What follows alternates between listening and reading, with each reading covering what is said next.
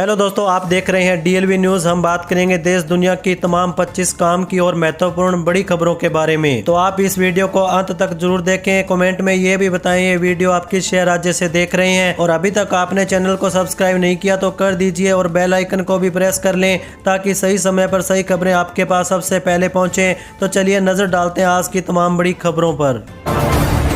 देखिए, पहली सबसे बड़ी खबर, सुप्रीम कोर्ट ने 2027 की जनगणना में नागरिकों की जाति दर्ज करने की प्रक्रिया को चुनौती देने वाली जनहित याचिका पर सुनवाई से इनकार कर दिया। हालांकि शीर्ष अदालत ने केंद्र सरकार और रजिस्ट्रार जनरल को याचिकाकर्ता के सुझावों पर विचार करने का निर्देश दिया। याचिकाकर्ता ने जाति विवरण दर्ज कराने की प्रश्नावली में पारदर्शिता की मांग की थी। यह 1931 के बाद पहली व्यापक जाति गणना और भारत की पहली पूरी तरह डिजिटल जनगणना होगी।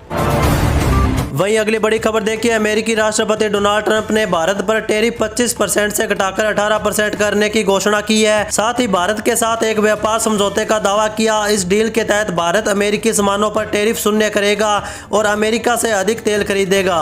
प्रधानमंत्री मोदी ने भी टैरिफ कटौती की पुष्टि करते हुए ट्रंप को धन्यवाद दिया और दोनों देशों के बीच मजबूत साझेदारी पर जोर दिया। ट्रंप ने मोदी की प्रशंसा करते हुए यह समझौता उनके अनुरोध पर हुआ था। चलिए अगली खबर देखिए, दिल्ली सरकार ने निजी स्कूलों की फीस वृद्धि पर अंतरिम रोक लगा दी है। गजट अधिसूचना के अनुसार स्कूल 1 अप्रैल 2025 की फीस से अधिक नहीं वसूल सकेंगे जब तक नई फीस संरचना तय नहीं हो जाती। अभिभावकों को राहत मिलेगी। 2026-27 से नई फीस प्रक्रिया के लिए स्कूलों को 10 दिन में फीस नियमन समिति बनानी होगी। विवादों के लिए जिला अपीलीय समितियां भी गठित की गई है। वहीं देखिए, हरियाणा विधानसभा का बजट सत्र 20 फरवरी से शुरू होगा। मुख्यमंत्री नायब सिंह सैनी 27 फरवरी को 2026-27 का बजट पेश कर सकते हैं। इस बार बजट लगभग 2.25 लाख करोड़ रुपए का होने की संभावना है, जो पिछले 2 लाख करोड़ था। शहरी निकाय चुनावों और होली के कारण सत्र जल्दी समाप्त करने की तैयारी की योजना है।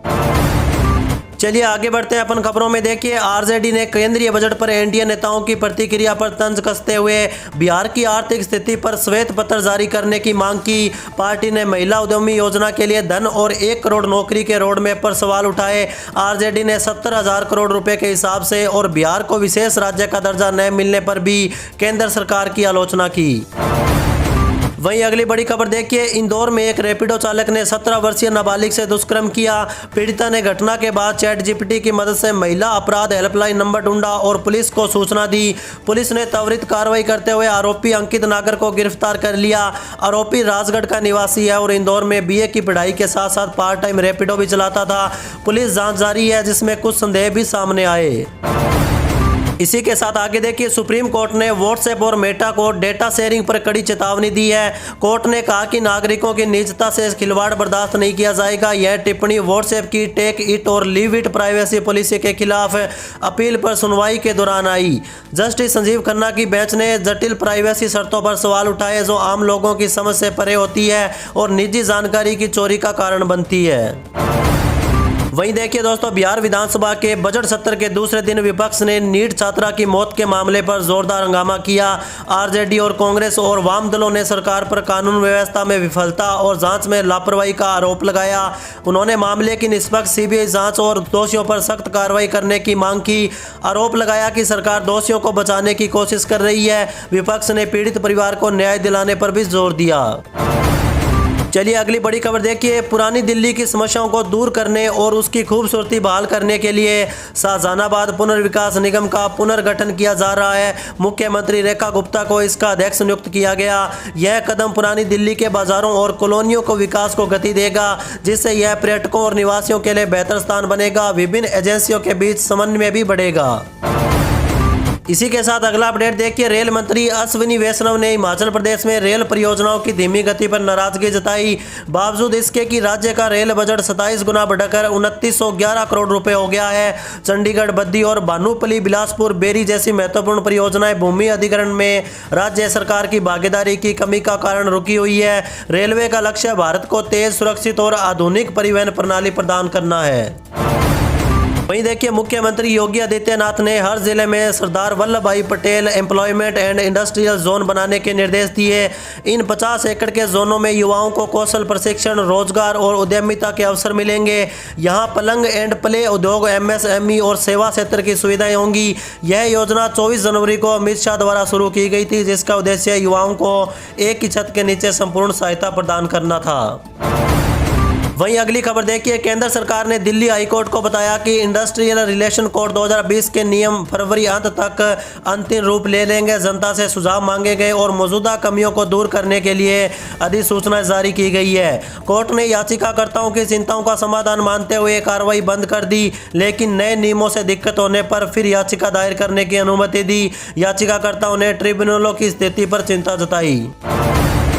वहीं देखिए दोस्तों, अमेरिकी राष्ट्रपति ने दावा किया कि भारत अमेरिका से 500 अरब डॉलर का सामान खरीदेगा और रूस से तेल खरीद कम करेगा। उन्होंने 25% से 18% टैरिफ कटौती की भी बात कही। हालांकि विशेषज्ञ इस दावे की सत्यता पर सवाल उठा रहे हैं।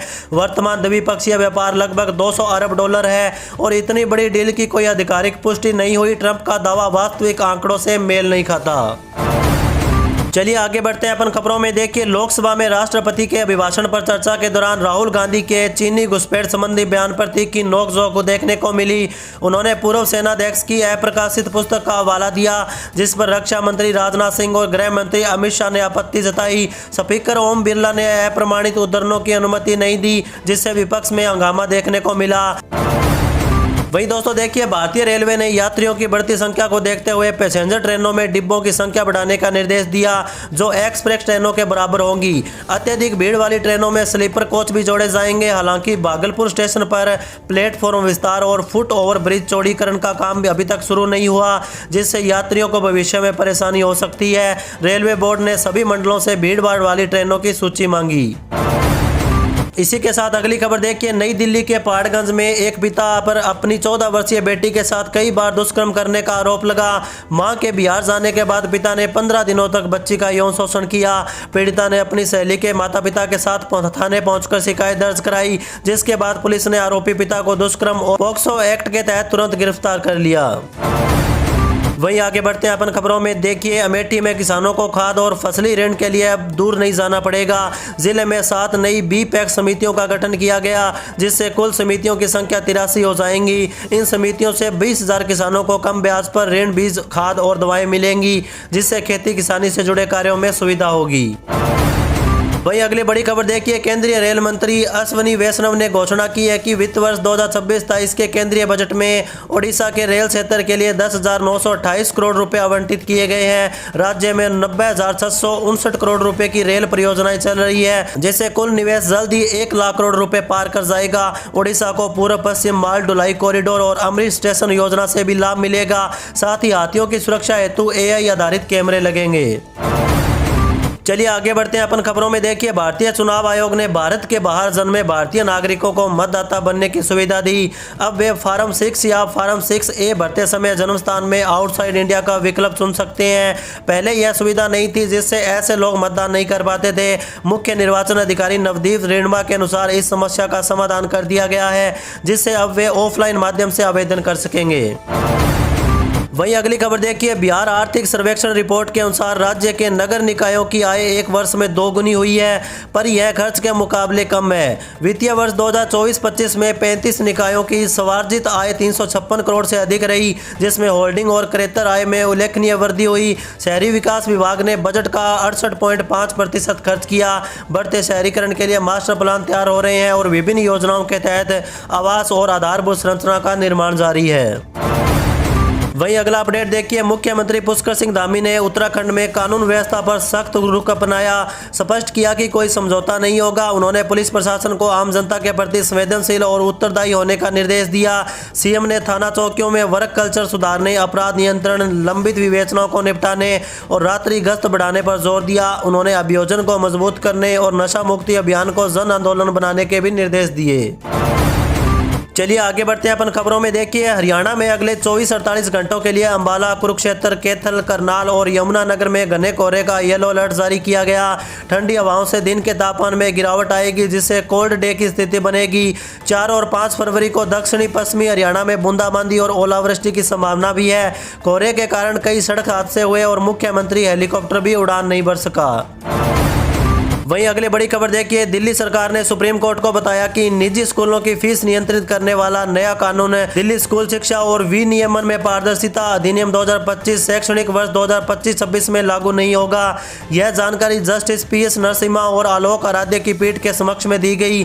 सुप्रीम कोर्ट ने सभी संबंधित मुद्दों को दिल्ली हाईकोर्ट में उठाने की छूट दी, जो इस कानून को चुनौती देने वाली याचिकाओं की सुनवाई कर रहा है। इसी के साथ अगला अपडेट देखिए, झारखंड में बिजली उपभोक्ताओं के लिए नई टैरिफ दरों पर जन सुनवाई 10 फरवरी के बाद शुरू होगी। झारखंड राज्य विद्युत नियामक आयोग ने इसकी तैयारी तेज कर दी है। भारत सरकार की नई ऊर्जा नीति के तहत 31 मार्च तक दरें घोषित होगी, जो 1 अप्रैल से लागू होगी। रांची, दुमका सहित 5 जिलों में सुनवाई होगी, जबकि JBVNL, सेल, टाटा पावर जैसे निगमों के टैरिफ पर राय ली जाएगी। वहीं अगली खबर देखिए, उत्तराखंड के देहरादून जिले के कालसी इलाके में हिमाचल प्रदेश ट्रांसपोर्ट कॉरपोरेशन की एक पैसेंजर बस गहरी खाई में गिर गई। हादसे में 3 यात्रियों की मौत हो गई, जबकि कई लोग घायल बताए जा रहे हैं। इनमें से 6-7 लोगों की हालत नाजुक बताई जा रही है। हादसे के वक्त बस में करीब 30 यात्री सवार थे। मृतकों में 2 महिला और 1 पुरुष शामिल है। घायलों को अस्पताल में भर्ती करवाया गया है।